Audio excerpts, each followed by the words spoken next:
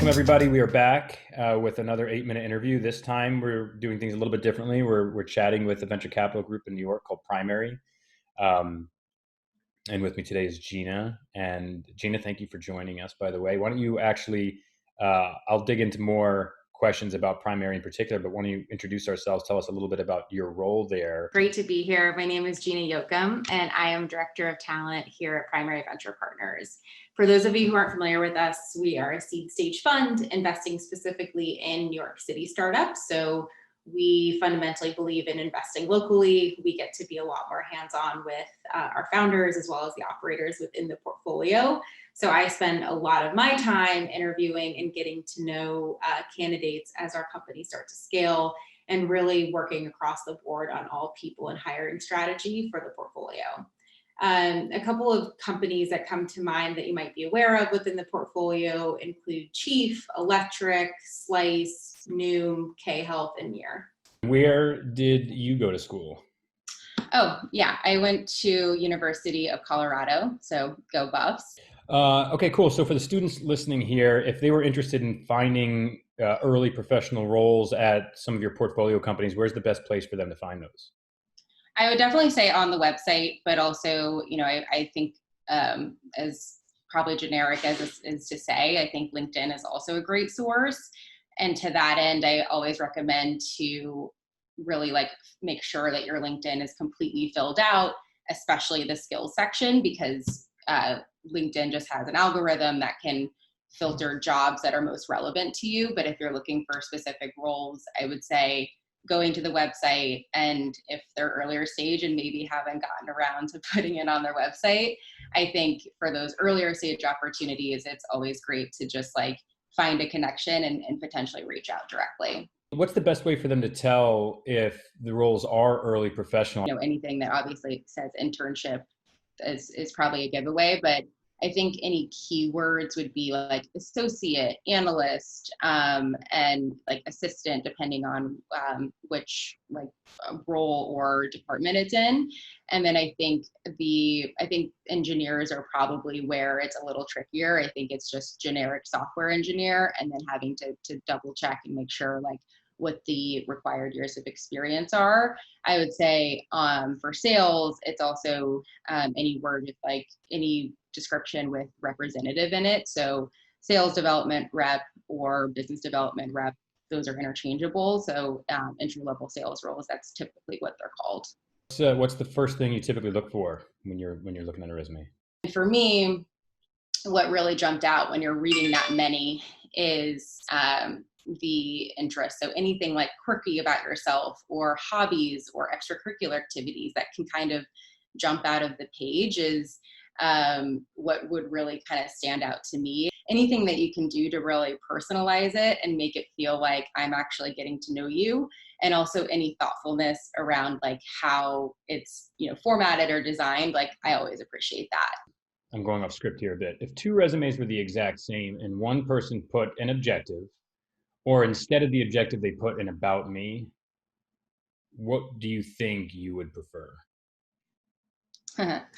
I think I would like the about me.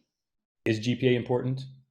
For me, I think it's just a small piece of the broader story of a candidate, and I like to look at that a lot more holistically. So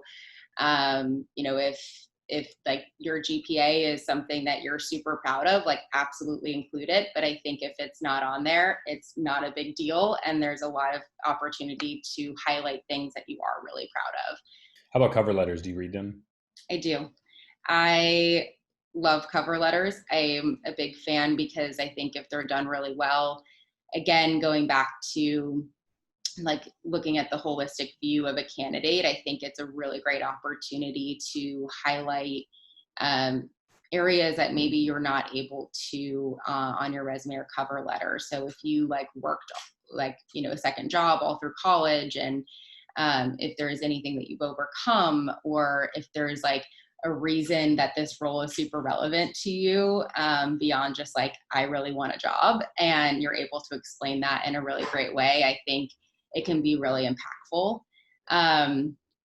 I think conversely, if it's like super long-winded and it's like hard to get to the meat of it, then it's like it doesn't it might be more harmful. Cool. Can you walk me through the typical interview process at, I guess it might be different per company, but I'll ask it anyway. What's the typical interview process? I don't know if you can just tell by talking to me, but my approach is very conversational. So I wouldn't say I'm as structured as some other folks, but for me, I'm always making sure I'm asking the same questions to all of the candidates that I'm speaking with. I do this a lot for our portfolio companies across the board for various roles, especially the earlier stage ones. So, I think for me, it's what's your background, why are you interested in the company, like sort of the generic questions, and then from there being able to tease out with the questions that I have and baking that into the conversation more naturally. And I think what's super important there is I always want to leave room for like the candidate to ask me questions, so whether that's personal or about the company. I think that the questions they ask me are very, or could be even more telling than the answers they give to the questions I ask them. What do you recommend students wear to an interview at primary portfolio companies? I think it totally depends, right? I think if you are going to a McKinsey interview, you're going to be dressed a lot differently than if you're going to a Casper interview. I totally encourage you to ask while you're scheduling your interview. So, what is the dress code? Any guidelines I should be aware of? And then dress to that in a way that you feel comfortable and confident in. Do you encourage students to reach out to employees on LinkedIn? Yes, if done thoughtfully. If you are super targeted and have done the research on who that potential hiring manager could be, what this role would be reporting into, and you like send a thoughtful, friendly, concise message with the idea like that this could just get your chances to get this resume to the top of the funnel there, then it's definitely worth it. And I think obviously if you have a first or second or third degree connection into the company that you're able to ask for a warm intro, that's the best case scenario. But if not, I really do appreciate when people kind of go the extra mile. Are there any red flags that you have come across in the interview or application process that might kind of eliminate a candidate before they even get started? Glaring typos or grammar mistakes are obvious, but beyond that, I think anything that's too generic in the application process or broad kind of just maybe flags to me like, is this person just sending this out to every opportunity, and are they actually really interested in this role? And then I think in the interview process, same thing. I think if they come to the interview obviously unprepared, but also don't have any questions, and or if the questions are just like obviously something that you would see like when you Google 5 questions to ask like at your interview, and haven't done like the research on really targeting them to like the business.